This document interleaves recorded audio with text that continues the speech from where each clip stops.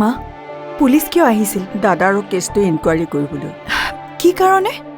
তাৰ মৃত্যুটো পুলিচে সহজভাৱে ল'ব পৰা নাই। মানুহ এনেকৈ মৰেনে? বেমাৰ নাই, আজাৰ নাই, কথা নাই, বতৰা নাই, ল'ৰাটো ঘপককৈ মৰি থাকিল। বেচেৰি বৌজনীলে বেয়াই লাগে। কিয় বেয়া লাগিব? সেইজনীয়ে শনি। তাই প্ৰথম ঘৰত সোমাই যিটো অঘটন ঘটালে, মই তেতিয়াই ভাবিছিলোঁ যে কিবা এটা ডাঙৰ অঘটন ঘটিব।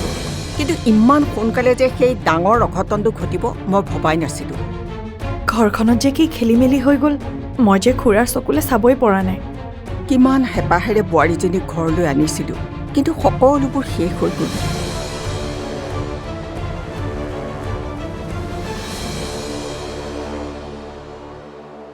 কাৰ কেনেকৈ মৃত্যু হয় কোনেও নাজানে, যেনেকৈ আমাৰ দেউতাৰ মৃত্যু হৈছিল, নহয়নে মা?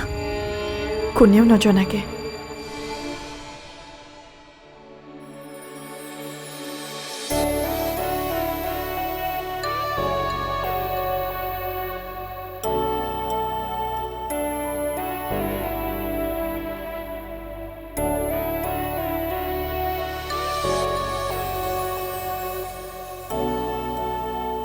কি হ'ল অৰ্ণৱ?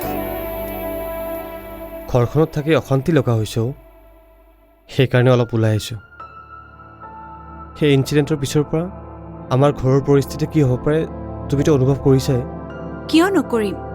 এইখিনি সময়ত যদি মই তোমাৰ কাষত থাকিলোহেঁতেন, মই আটাইতকৈ সুখী অনুভৱ কৰিলোহেঁতেন। তুমি কি কৰিলে শান্তি পাবা, কি ক'লে সুখী হ'বা, মই নাজানো অৰ্ণৱ। কিন্তু তুমি এনেকৈ কষ্ট পালে ময়ো বৰ কষ্ট পাওঁ। দাদাক যে আমি এনেকৈ হেৰাম ভবাই নাছিলোঁ।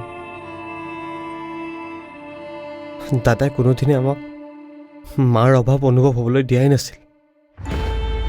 ইমানবোৰ কামৰ মাজতো দাদাই আমাৰ খবৰ ৰাখিছিল। সেয়া যে কোনোবাই পূৰণ কৰিব মই নাভাবোঁ।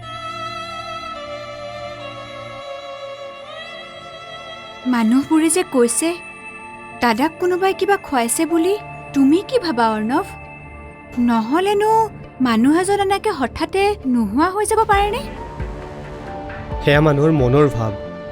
দাদাৰ যে কোনো বেমাৰ নাই সেয়া সত্য। আৰে দাদাক আমি নিজেই দেখিছোঁ 14-15 ঘণ্টা কাম কৰা।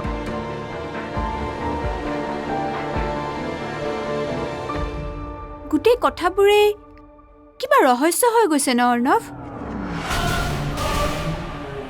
ছাৰ, আপোনালোকে কি ভাবি লৈছে মই নাজানো, কিন্তু সমুদ্ৰ ছাৰৰ মৃত্যুক মই কিন্তু সহজভাৱে ল'ব পৰা নাই ছাৰ। আমাৰ বাবেও সেয়া এক ৰহস্যই হৈ আছে, কিন্তু সত্যটো মানি ল'বই লাগিব। সেইটোতো হয়েই ছাৰ।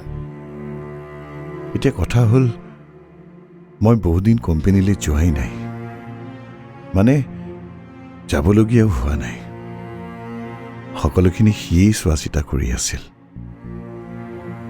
কিন্তু কোম্পানীটোতো আগুৱাই নিব লাগিব। বাকী মোৰ ঘৰৰ কথাবিলাকতো তুমি জানাই।